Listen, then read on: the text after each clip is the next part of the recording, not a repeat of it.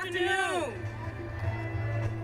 I know it's been a long, hot day, so let's get right to it.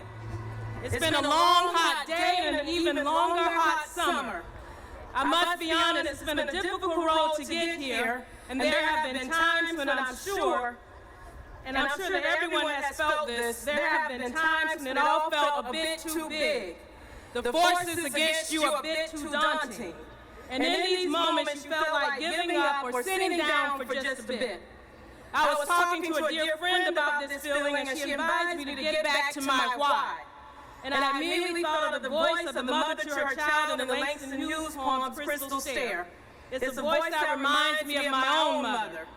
Well, I'll tell you, life for me ain't been no crystal stair. It's had tacks in it and splinters and boards torn up, and places with no carpet on the floor, bare. But all the time I've been climbing on and reaching landings and turning corners, and sometimes going in the dark, where there ain't been no light. So don't you turn back, don't you sit down on the steps because you find it kind of hard. Don't you fall now, for I'm still going, honey. I'm still climbing, and life for me ain't been no crystal stair. I thought about the freedom riders and SNCC, burned out houses and bombed out homes. I thought about all those before us and all that they had endured, and I knew I couldn't stop. I thought about our daughter, all our children, who now have fewer rights than their parents at their age. Fewer rights than their parents were promised and that their grandparents fought for, and I knew that I couldn't stop climbing.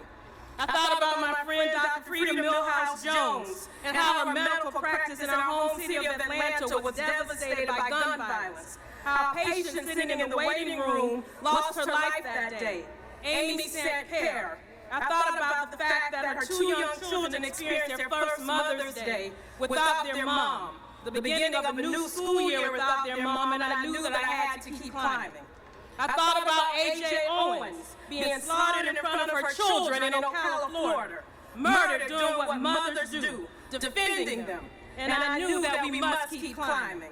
I thought about neo-Nazis standing at the gates of Disney World, reading families preparing for a day of lifelong happy memories with hate. What did the mothers tell their children that day? I thought about Lori Carlton, a mother of 9, 25 years after the brutal slaying of Matthew Shepard, shot and killed for hanging a pride flag outside of her own business. And I knew that we must all keep climbing. So my friends, we will keep climbing. We are here to liberate the soul of the nation, the soul of democracy from those forces who would have us all go backwards and perish rather than go forward as sisters and brothers. We will never betray those who marched for us, fought for us, lived for us, died for us. We are the children and the grandchildren of their struggles, and we will be worthy of their sacrifices. This is about freedom. This is about peace. This is about love. This is about our children. We are not here for commemoration. We are here for rededication to the fight for a future where at long last America's practice will be as good as its promise. And today, hate is being shaken to its core. Walls are crashing down, walls of racism, bigotry, intolerance, anti-Semitism, xenophobia. And as they tumble down, you will hear the sounds of liberation and love. That's what happens when we stand together, when we climb together. Today, let us not look back in anger, nor forward in fear, but around us in awareness. And let me say to the women, we weren't able to speak in 1963, but we are here in 2023.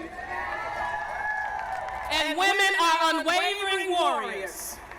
I know that we stand in different faiths, but let's go to the Bible for a moment. Moses was able to tell Pharaoh, let my people go, only because he was saved by his sister Miriam as an infant. Deborah helped lead the Israelites to victory out of bondage. Esther risked her life to save her people. And let's just go to the story of Easter as I close.